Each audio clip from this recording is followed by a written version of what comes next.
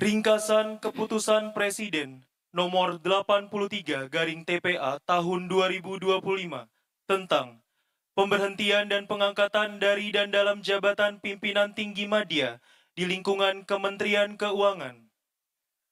Presiden Republik Indonesia menetapkan: 1. Heru Pambudi SE LLM sebagai Sekretaris Jenderal. 2. Febrio Nathan Kacaribu SE Midek PhD sebagai Direktur Jenderal Strategi Ekonomi dan Fiskal. 3. Dr. Luki Alfirman STMA sebagai Direktur Jenderal Anggaran. 4. Bimo Wijayanto SEAK MBA PhD sebagai Direktur Jenderal Pajak. 5. Letnan Jenderal TNI Purnawirawan Jaka Budi Utama SOS sebagai Direktur Jenderal Bea dan Cukai. 6. Dr. Andes Astera Primanto Bakti MTex sebagai Direktur Jenderal Perbendaharaan. 7. Rionald Silaban SH LLM sebagai Direktur Jenderal Kekayaan Negara. 8. Askolani SEMA sebagai Direktur Jenderal Perimbangan Keuangan. 9. Suminto Esos MSc PhD sebagai Direktur Jenderal Pengelolaan Pembiayaan dan Risiko. 10. Mashita Kristalin PhD sebagai Direktur Jenderal Stabilitas dan Pengembangan Sektor Keuangan. 11. Awan Nurmawan Nuh SEAK MBT sebagai Inspektur Jenderal. 12. Suryo Utomo SEAK MBT sebagai Kepala Badan Teknologi Informasi dan Intelijen Keuangan. 13. Dr. Andes Andin Hadianto MA sebagai Kepala Badan Pendidikan dan Pelatihan Keuangan. 14. Insinyur Iwan Juniardi MM sebagai Staf Ahli Bidang Peraturan dan Penegakan Hukum Pajak. 15. Yon Arsal SEAK MEC PhD sebagai Staf Ahli Bidang Kepatuhan Pajak. 16. Dr. Nufransa Wirasakti Eskom MEC sebagai Staf Ahli Bidang Pengawasan Pajak. 17. Dwi Teguh Wibowo SE sebagai Staf Ahli Bidang Penerimaan Negara. 18. Muhammad Agus Rofiuddin Eskom MM sebagai Staf Ahli Bidang Penerimaan Negara Bukan Pajak. 19. Sudarto SE MBA MKom PhD sebagai Staf Ahli Bidang Pengeluaran Negara. 20. Parjiono SE MPP PhD sebagai Staf Ahli Bidang Ekonomi Makro dan Keuangan Internasional. 21. Dr. Arif Wibisono SH LLM sebagai Staf Ahli Bidang Jasa Keuangan dan Pasar Modal. 22. Rina Widiani Wahyuningdiah SH MSc sebagai Staf Ahli Bidang Hukum dan Hubungan Kelembagaan. Ditetapkan di Jakarta pada tanggal 20 Mei 2025, Presiden Republik Indonesia Prabowo Subianto. Pembacaan naskah pelantikan oleh Menteri Keuangan.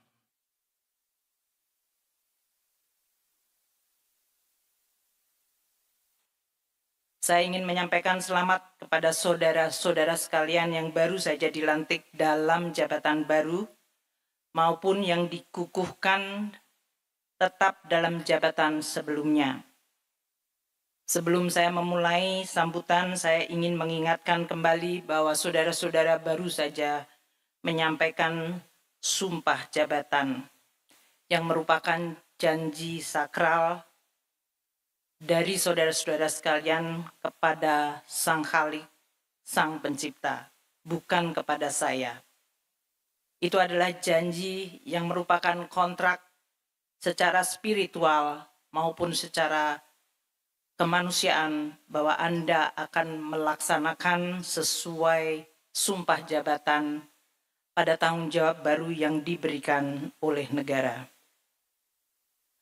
Saudara-saudara sekalian, 22 pejabat yang dipercaya oleh Presiden Prabowo pada hari ini telah dilantik di lingkungan Kementerian Keuangan.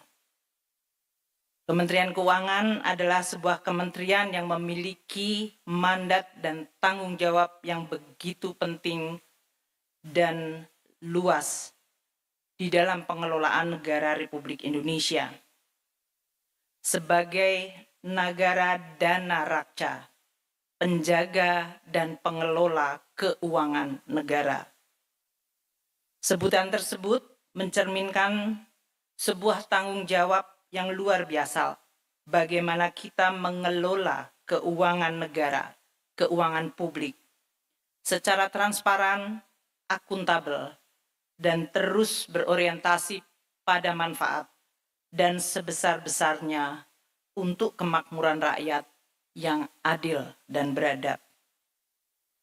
Peranan ini menempatkan Kementerian Keuangan terus-menerus akan menjadi kementerian yang akan dilihat oleh semua stakeholder secara luar biasa detail. Karena tidak ada negara yang bisa maju, memakmurkan rakyatnya, mencapai cita-citanya tanpa pengelolaan keuangan negara yang baik, yang akuntabel, yang transparan, yang kredibel, dan berkelanjutan. Sebagai otoritas pengelola keuangan negara yang sering disebut sebagai otoritas fiskal, maka Kementerian Keuangan memiliki tugas fungsi dari mulai menyusun kebijakan ekonomi makro, pokok-pokok kebijakan fiskal, memiliki fungsi untuk menghimpun penerimaan negara, mengelola belanja negara baik di pusat, kementerian lembaga, di bendahara umum negara, dan transfer ke daerah. Mengelola pembiayaan dan perbendaharaan secara prudent, agile, dan efektif, dan mengelola aset-aset atau kekayaan negara. Peranan Kementerian Keuangan tidak sekedar sebagai administrator. Undang-undang yang mengatur kita dan tanggung jawab serta sumpah jabatan yang saudara-saudara sekalian baru saja mengucapkan adalah melaksanakan peraturan perundang-undangan. Dan peraturan perundang-undangan di bidang keuangan negara sangat banyak. Utamanya Undang-Undang Keuangan Negara, Perbendaharaan Negara, Undang-Undang mengenai uang negara, dan berbagai undang-undang lain seperti perpajakan, bea dan cukai, dan juga mengenai pembiayaan serta kekayaan negara. Dengan tanggung jawab yang begitu luas, yang mempengaruhi hajat hidup orang banyak, maka pejabat di Kementerian Keuangan memiliki peran yang begitu sangat penting. Menjaga kepercayaan publik, menjaga keuangan negara, dan terus berikhtiar untuk terus membawa Indonesia menuju kemajuan dengan keuangan negara yang dikelola secara profesional, amanah, akuntabel, transparan. Tugas penting di pundak saudara-saudara sekalian adalah melayani bangsa, mengelola keuangan negara secara kredibel, handal, dan terpercaya.